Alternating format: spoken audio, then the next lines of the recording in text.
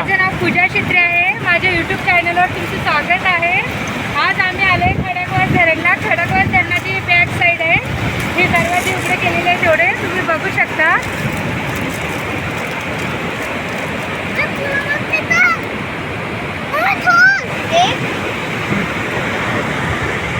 चालू आहे.